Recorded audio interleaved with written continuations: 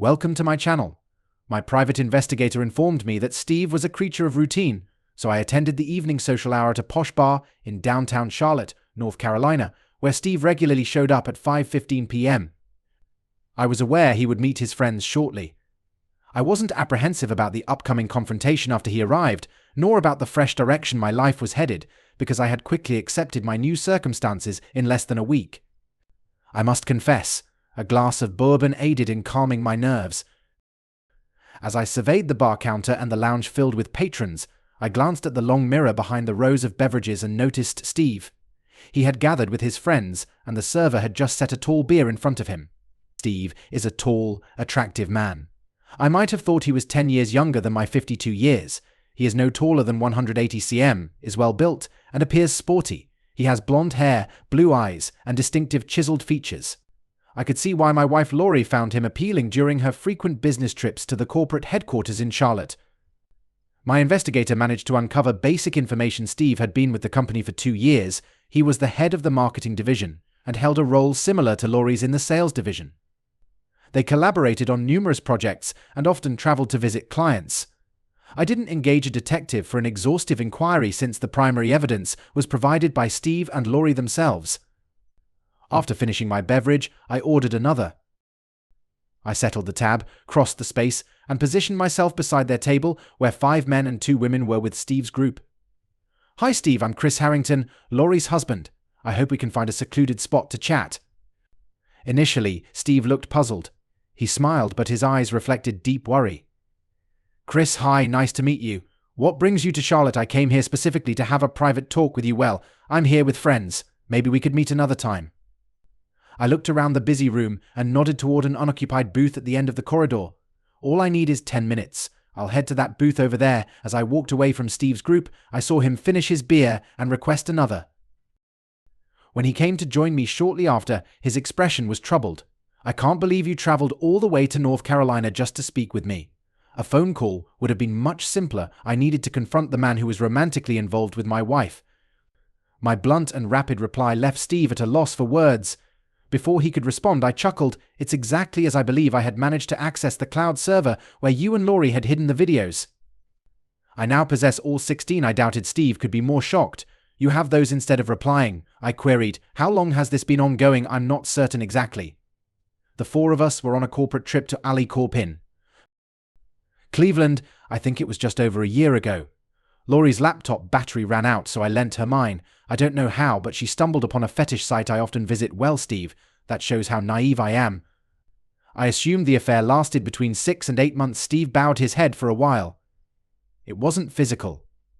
Lori was curious, so we discussed and emailed about it before the rest remained unsaid as we both paused to collect our thoughts." "Chris, she loves you, you know that, don't you?" I nodded in acknowledgement. "I love her too." "That's why the divorce is going to be so tough." Steve nearly yelled. "You can't be serious. You're going to divorce her over this? I deserve better than a deceitful cheater." I sighed heavily. I wanted to call her terrible, but I wasn't sure if that would be justified, yet this clearly merits a divorce. An unusually prolonged silence enveloped the table until Steve eventually inquired, "Chris, what are you planning to do with the videos?" "Well, I don't intend to destroy Lori's life." Suddenly, I felt an immense tiredness and desired nothing more than to exit the bar. "Steve, I'm leaving because I have an early flight back home tomorrow. Lori went to Philadelphia this morning and she'll return home tomorrow afternoon. That's when I'll confront her." I stared Steve in the eyes. "Don't you dare mention a single word to Lori, you despicable person. If you do, I'll send those videos to everyone you know." I downed the last gulp of whiskey, slammed the glass on the table, and walked back to my hotel. "Chris, as new empty nesters, Lori and I had vowed to take a 2-week vacation together each year during the upcoming fall break. We were excited to travel south from Vancouver along the Pacific coast to San Francisco, planning stops in Seattle and Portland.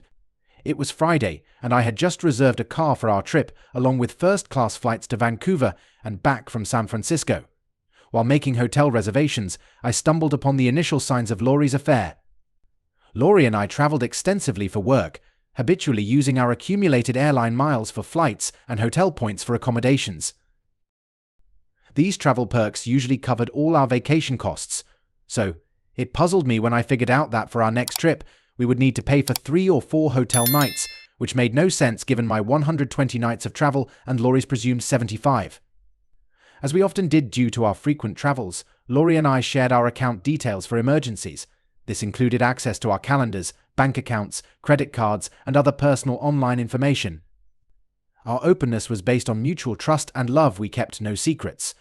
Upon reviewing Laurie's travel calendar from the previous year, it confirmed she was away for 72 nights.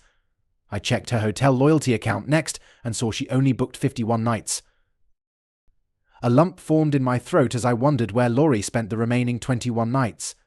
By cross-referencing her calendar with her hotel account data, I realized she hadn't reserved any rooms during her trips to the corporate office in Charlotte. This realization made the knot in my stomach tighten further, and I felt nauseous. For the first time in our nearly 28-year marriage, I suspected Laurie of having an affair. Despite being a straightforward thinker who didn't avoid difficult situations, I wasn't ready to delve deeper into the investigation.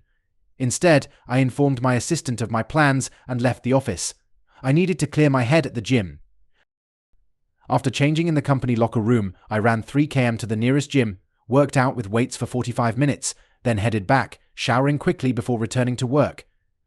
As I walked past, my assistant mentioned, "Chris, you have some calls to return and some personal matters to address. I need about an hour to handle them. Is that why you hit the gym so early?" I nodded affirmatively. She continued, "Chris, is there anything I can assist with?" As I shook my head, walking past her and shutting my office door, I was struck by the depth of my sadness. All the stress surged back as soon as I settled at my desk, and when my phone rang a moment later, I was irate. "I just mentioned I need an hour. Sorry, Jim insists on speaking to you," he told me to interrupt. Jim and I had been friends and associates throughout my entire career. He is the president of the company and the founder's son. I had climbed the corporate ladder alongside him and became his deputy and the vice president of sales and marketing. I exhaled, sorry for shouting, and asked her to connect him. Once on the line, Jim questioned, "What's happening? Why aren't you taking calls?" "I need an hour, Jim.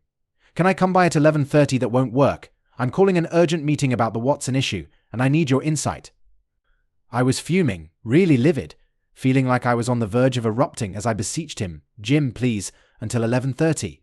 I need to handle something." There was a strained pause, then Jim curtly consented, "See you at 11:30.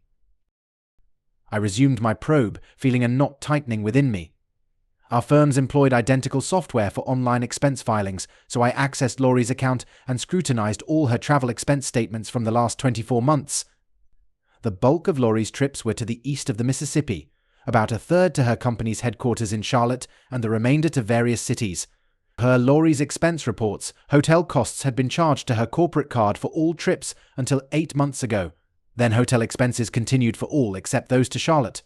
Reviewing the details again, I thought, this can't be happening. My world is crumbling. Then, almost instantly, a straightforward explanation emerged. I chuckled in relief and chastised myself for suspecting my wife, my closest ally. Many firms have had to reduce costs by controlling lodging expenses for headquarters visits.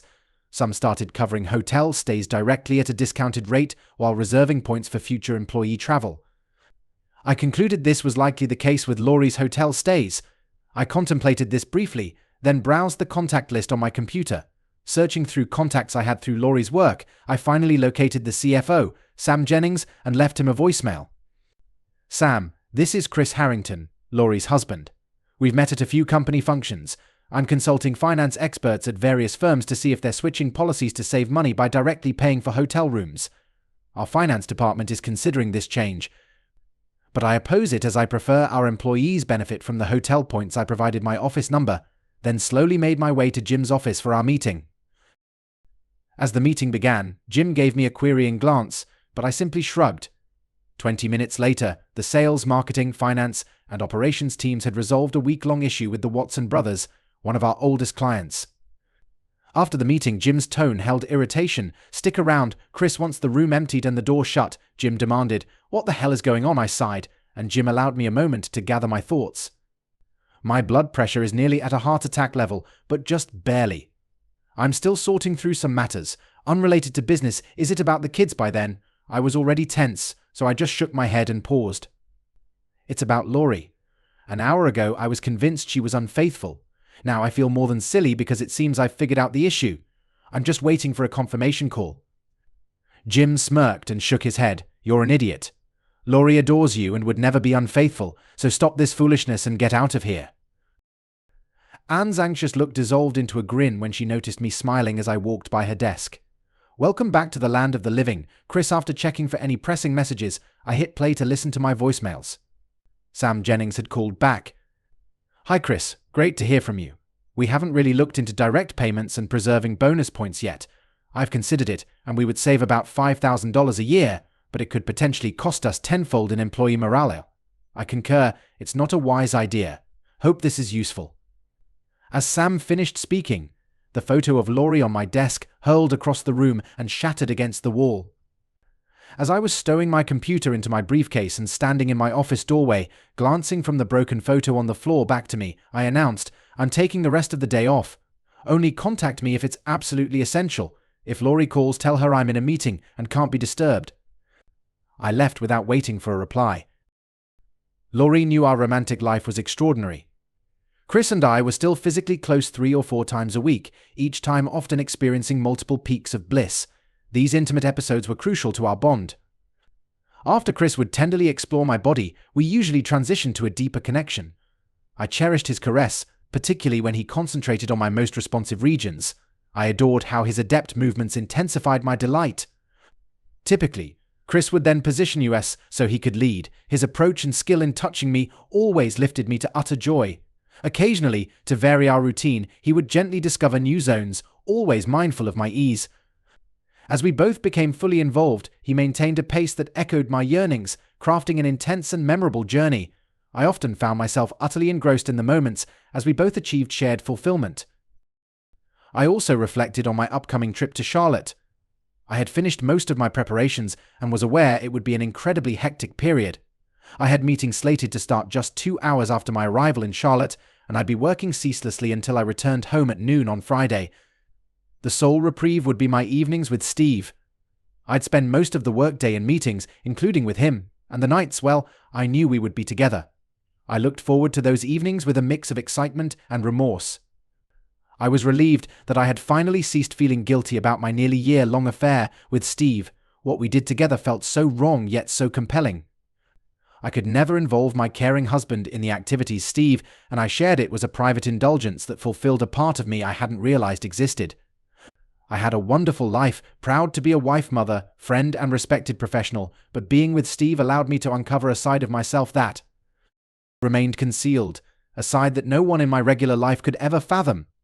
I hadn't known I possessed such deep, hidden desires until they were accidentally revealed. During a business trip to Cleveland, Steve had reserved a room so we could collaborate after hours to prep for meetings. After we finished, Steve invited everyone to dinner. Everyone was eager for food and drinks, but I realized I needed another 30 minutes to wrap up some tasks for other clients. As my laptop's battery was dying, Steve offered his. I quickly completed my tasks, and since I wasn't particularly hungry, I decided to search on Google using Steve's laptop. I aimed to track a few items expected at our house. I typed Faye into the search bar, hoping FedEx would appear, but instead, I stumbled upon a lengthy list of links related to female domination. I was inexperienced and didn't fully grasp what female domination entailed, so I clicked the first link. The videos were unsettling, yet I found myself captivated, watching one after another where women dominated and humiliated men. I was astounded that Steve viewed this kind of material. Initially, I was disturbed, but as I watched several clips, I became unexpectedly captivated. I did join our group for drinks, but soon excused myself. "Sorry, I'm going to order room service for dinner." I had barely touched my dinner as I was absorbed in browsing through a lengthy series of websites on my personal tablet, exploring various clips. Soon I found myself loosening my blouse and shedding my reservations as I watched one scene where a mature woman authoritatively directed a young, muscular actor. I felt a wave of mixed feelings. I couldn't grasp why this thrilled me so. Chris was adept in providing oral pleasure and was bold in exploring every part of me. The feelings were always enjoyable, but I couldn't picture my husband using the coarse language uttered by that actress.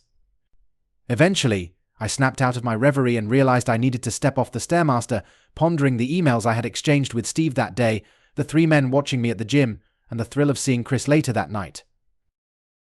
I felt a strong excitement. I needed to get home, shower, and unwind before dinner. When I arrived on Friday evening around 7:30, Laurie was visibly distressed. "Where on earth have you been?" I replied to my concerned wife. "Sorry, I got held up with some issues at work and lost track of time. I sent you half a dozen texts and left 3 messages.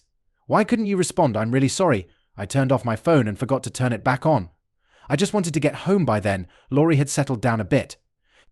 "I already ate, but your dinner is probably overcooked." "It won't taste very good," I shrugged. "I'll go grab some Chinese food and be back in a few minutes." As I left, Laurie began to say something just as the door closed, but I didn't catch it. When I returned, I ate in my home office and dealt with some work that had come in during the afternoon, but mostly I was waiting for Laurie to go to bed. Around 9:30, she appeared in the doorway. "Are you coming to bed soon?" "No, I need to sort out this issue." I'm not sure how long it will take. I could tell Laurie had more to say, but she just sighed and said, "Good night." I waited an hour to ensure Laurie was asleep before going to her office to retrieve her laptop. I checked to see if her notebook was in the top center drawer of her desk. Her company required monthly password changes for accessing their VPN system, email, and various other business applications. She couldn't reuse the same password for 12 months, so to keep track, she wrote each new password in her notebook. It took me no more than half an hour to find what I was searching for. All the emails were in a folder labeled Steve Miller. The ones that intrigued me the most were the business-related emails. As I sifted through the personal emails spanning several months, I was appalled by the depravity and perversion of Steve and Laurie. They had detailed more than 19 nights of their illicit meetings and their sexually charged communications. In an email from 2 months ago, there was an address provided by Steve. Laurie mentioned that all their videos were saved on this secure, secret site and were password protected. Luckily, Steve had included the password. When I accessed the site, I had a pretty good idea of what I would see because their constant emails were filled with outrageous details. However, I was mistaken. Seeing my wife as the main character in every video was a nightmare. But now I had proof that she had betrayed me in the worst way possible. When I glanced at the clock and saw it was 15 minutes to midnight, I was stunned by how much my life had unraveled in the 15 hours since I had tried to book a hotel room for our trip. Laurie, what a miserable weekend. On Saturday, while I started my day with housework in town, Chris was busy with his usual weekly yard work. We could easily afford a lawn service, but Chris took pride in maintaining the yard himself. We usually had dinner late, but Chris kept delaying it because he had new projects in the yard. I was surprised when some materials were delivered from Lowe's at the end of the day, and as soon as they left, Butler's nursery delivered 3 new apple trees. "Chris, what's all this about?" I asked. We had discussed planting more apple trees in the backyard. "I also want to triple the amount of hops I'm growing and add 2 new varieties for my pale ale. When do you plan to finish all this work?" "Today, I'm going to dig the holes for the trees and plant them first thing in the morning. Tomorrow afternoon, I'll build the trellises for the hops and plant them next week while you're away." I was annoyed. "Are you planning to spend any time with your wife this weekend?" "I'll be gone most of next week." "You didn't suggest anything, so I figured you wanted to save your energy for the trip." I was taken aback by Chris's reply and felt a flash of guilt. But knowing my secret was safe, I responded, "I'm making a dinner reservation. Please be ready to leave by 6:30, an hour before our planned departure." I started to worry when Chris came into the house and complained about back pain. "Chris, is there anything I can do?" "No, just cancel the reservation. We can order pizza instead." Wanting to make my husband happy, I did as he asked. I ordered the pizza, picked it up, and also got one of his favorite beers, a pale ale from the local brewery. I couldn't believe it when I returned with the pizza and beer. Chris was in bed, sound asleep. Sunday wasn't any better. I had hoped for some of Chris's affectionate morning attention, but he had gotten up early, an hour before I woke, and was already outside working on his projects before I even got out of bed. I complained all day, but he kept working. Talk about disappointments. That evening he worked in the backyard until nearly 7:30, came inside, ate a tuna salad sandwich, and was snoring within 45 minutes. Ugh. Monday morning left me frustrated again when the alarm went off. I immediately turned over to snuggle with Chris, but once again I was shocked the bed was empty.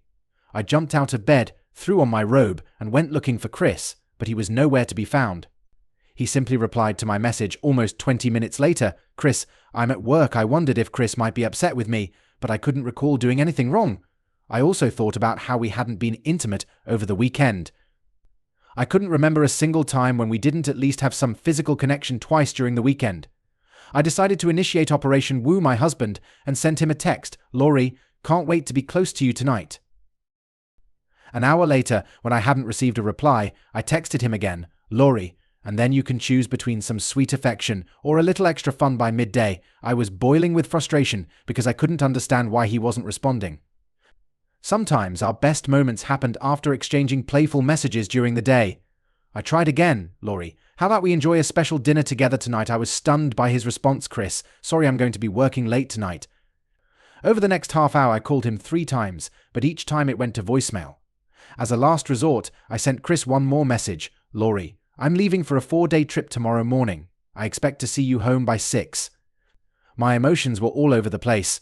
I knew I would still be upset about how I'd been treated over the past few days, so I doubted there would be any intimacy when Chris got home. I decided to channel all my frustration towards Steve, so I sent him an email with some very specific instructions. I knew my words would drive him wild and our week together would be unforgettable. I was reaching my breaking point because it was already past 6:30 and Chris still hadn't called, texted, or responded to any of my messages. I thought to myself, well, forget it. After having dinner alone, I finished packing for the week and took my briefcase and suitcase to the car. I turned on the TV and grew more and more frustrated with each show until I finally decided to go to bed. Chris would get a cold, emotionless response from me the next morning. I felt relieved when I got home and found Laurie already asleep. I wasn't afraid of her anger. In fact, I was looking forward to not only confronting her face to face, but also taking control and resolving things in the coming days. It had been a very long work day. I arrived early and stayed late, not because I wanted to, but because I had a 2-hour meeting with my newly hired divorce attorney. My friend Vanessa had given me a long list of things to do while Laurie was away. We had discussed hiring a private investigator, but decided that the incriminating videos I had copied would be more than enough. I climbed into bed, likely for the last time with my unfaithful wife, and fell asleep almost immediately. Being a light sleeper by nature, I woke up on Tuesday morning an hour and a half before our alarm was set to ring. I took a shower, got dressed, and headed to work. I was anxious on my way to the office, but I couldn't help but smile when the first message from Laurie came through. I could almost feel the heat radiating from my phone. "Laurie, I don't understand why you've been treating me so poorly, but it's unbearable. You didn't come home for dinner as I requested. You didn't wake me when you got into bed. And you left without saying goodbye. You know I'll be gone for 4 days. We need to have a serious talk when I get back on Friday night." An hour later, Laurie added, "At the very least, I expected an apology. Have a good week." What's going on with you, Chris? Between work meetings, client calls, and emails, I was also completing most of the preparation work for the divorce. I had a list of our joint accounts so I could pay off and cancel credit cards and other debts on Thursday. Then we'd split whatever was left. Since the house was mine before I met Laurie, I was keeping it. Aside from a small second mortgage, the house was fully paid off and belonged to me. I hired movers to help pack up Laurie's personal belongings so I could take everything to her parents' garage on Thursday. The locks on the house were changed, my insurance policies had my children listed as beneficiaries, and my will and other legal documents were updated to exclude Laurie. I spent a peaceful Tuesday evening planting hops in my backyard garden. It would take 2 years for the plants to mature and start producing. I had a late dinner, went to bed, and fell asleep by 9:30. Waking up early on Wednesday, I turned on my phone and saw a series of messages from Laurie sent the previous evening. "Laurie, for the first time since we've known each other, you didn't call me while I was away. Please call me. This can't go on. We need to talk." The second message came an hour after the first. "Laurie, I'm begging you, please call me." And finally, "Laurie, don't shut me out. Please tell me what's going on. I love you. I love you." I thought to myself, if she wants to know, I think it's time to tell her. Chris, Steve Miller, that's what's wrong. Laurie, when I read, Steve Miller, that's what's wrong, a wave of fear washed over me. But it quickly passed when I realized there was no way Chris could know the full extent of my affair. Given his strange behavior over the weekend, I decided to be cautious and booked a hotel room while I was in Charlotte. Although I was anxious and craving the comfort only Steve could provide, it wasn't worth risking my marriage. My future escapades could wait until my next trip to our headquarters next month. I dialed Chris's number and was pleasantly surprised when he answered. "Good morning, Chris. I don't understand. What does Steve have to do with the way you've been treating me?" Chris's voice sounded tired and maybe even angry as he replied, "If you don't understand that your relationship with Steve is completely unacceptable, I don't know what to tell you. Unacceptable, Chris. Steve is my colleague. We interact several times a day." "I know you do, Kristen," he continued, so I jumped in. If you're talking about our business dinners, I'm going to be upset. I know you often have business dinners with women, but that's never bothered me. I've never been concerned about your dinners with Steve or anyone else. Then why did you say Steve is the reason for your behavior? My behavior changed when I found out about your affair with Steve. My affair? Are you out of your mind? I've never had an affair with Steve or anyone else. Are you saying you've never had sex with Steve? For heaven's sake, of course that's what I'm saying. I've never cheated on you, sweetheart, I heard Chris sobbing, which broke my already aching heart, and then his plea, swear to me, Lori. Swear to me that you've never had an affair with Steve. Of course I swear to you. I swear that I've never in any way had a sexual relationship with Steve Miller or anyone else. There was a long silence on the other end. Chris, are we okay? It took him a few seconds to respond. Yes, Lori, we're okay.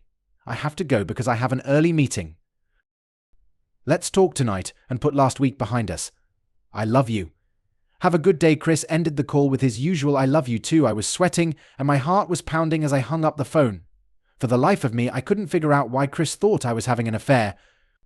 My only thought was that someone at work might have assumed Steve and I were too close or had dinner together too often. Maybe they had told Chris. Realizing I had just narrowly avoided a major issue, I vowed to limit my interactions with Steve after work. I would never spend the night at his place again and would restrict myself to one dinner with him every other visit.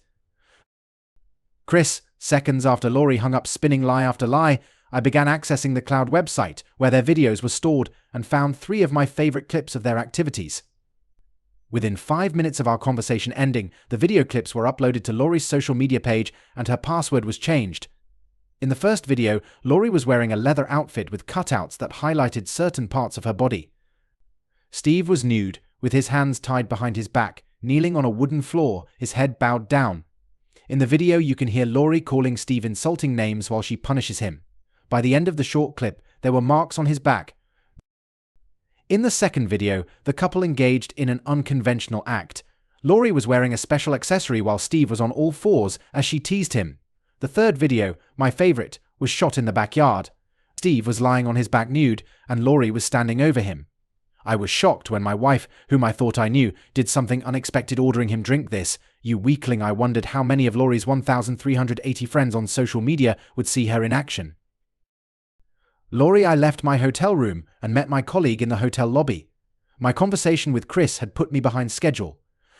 Mallory was my friend and most people would describe her as prim and proper, so I was shocked when she asked, "What on earth is going on? What do you mean, your social media page? Those horrible, disgusting videos with Steve." Mallory, what are you talking about? Mallory stared at me for what felt like an eternity. Come with me, Lori. Right now she practically dragged me to a quiet corner of the hotel lobby, pulled out her laptop, and turned it on. She typed a few commands, and when I looked, I saw that she was on my social media page. Mallory played a video that I didn't recognize, and within the next few seconds, my world shattered.